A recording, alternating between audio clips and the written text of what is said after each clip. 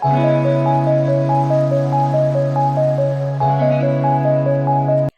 Hello అండి, welcome back to my channel. ఈరోజైతే నేను రాజ్మాతోని వడలు ఎలా చేయాలో చూపిస్తాను. చూసారు కదా. ఈ రాజ్మాని అయితే నేను ఫస్ట్ ఒక బౌల్లో వేసుకొని మంచిగా వాష్ చేసుకున్నానండి. వాష్ చేసుకున్న తర్వాత మన వాటర్ ఉంటాయి కదా, అవి వేసి 7 to 8 hours అయితే నానబెట్టాలి. మనం ఇలా ఫ్రీక్వెంట్గా ఒక 6 to 7 8 hours నానబెట్టేటప్పుడు ఒక 1 hourకి 2 hours కల్లా వాటర్ చేంజ్ చేసుకుంటుండండి. అప్పుడు చాలా బాగుండదు, లేకపోతే స్మెల్ వచ్చేస్తుంది అనమాట. చూసారు కదా, ఇలా అయితే వాటర్ పోసుకొని పక్క పెట్టుకోవాలి. ఇవైతే 8 hours తర్వాత నేనైతే తీసాను. చూసారు కదా, కలర్ అంతా పోయేసి మంచిగా నానినాయి అనమాట.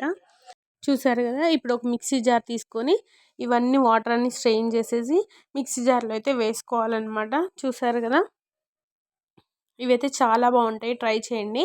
ఇప్పుడు ఇందులో కొద్దిగా సాల్ట్, జీలకర్ర వేసేసుకొని, మీకు కారం ఎక్కువ తింటారా అనేది మీరు చూసుకొని పచ్చిమిరపకాయలు కూడా తుంచి వేసాను అనమాట. దీంట్లోకి కొద్దిగా కరివేపాకు, అలాగే పుదీనా కూడా వేసాను. కొత్తిమీర నా దగ్గర లేదండి, మీకు ఉంటే వేసేసుకోండి, అలా ఏం లేదు. చూసారు కదా, ఇప్పుడు మనం మిక్సీ పట్టేసుకొని వద్దాం. చూసారు కదా, నేనైతే కొద్దిగా అక్కడక్కడ పప్పు ఉండాలని కొద్దిగా ఉంచాను అనమాట, మరీ పేస్ట్ లెక్క పట్టలేదు. ఇప్పుడు దానిలో కొద్దిగా జీలకర్ర వేసుకొని వేరే బౌల్లోకి అయితే షిఫ్ట్ చేసుకున్నాను. ఇప్పుడు సన్నగా కట్ చేసిన ఉల్లిగడ్డలు కూడా వేసి మంచిగా కలుపుకోవాలి. ఇప్పుడు స్టవ్ ఆన్ చేసి ఒక కడాయిలో కొద్దిగా ఆయిల్ వేసి, ఆయిల్ హీట్ అయ్యాక చేతిలోనే ఇలా కొద్దిగా పిండిని తీసుకొని మంచిగా ఇలా పల్చగా ఒత్తుకోవాలి. మనం వడలు ఎలా వేస్తామో అలానే ఒత్తుకొని చిన్న రంధ్రం పెడితే చాలా బాగుంటుంది. ఇవి ఆనియన్స్ వేసాము కాబట్టి కొద్దిగా అక్కడ తగులుతుంటే టేస్ట్ కూడా చాలా బాగుంటుంది, ట్రై చేయండి. ఇప్పుడు ఆయిల్ అయితే హీట్ అయింది. ఇప్పుడు నేనైతే వేస్తాను, చూడండి, చాలా బాగుంటుంది. డెఫినెట్గా మీరు కూడా ట్రై చేయండి, చాలా హెల్దీ అనమాట రాజ్మా అనేది.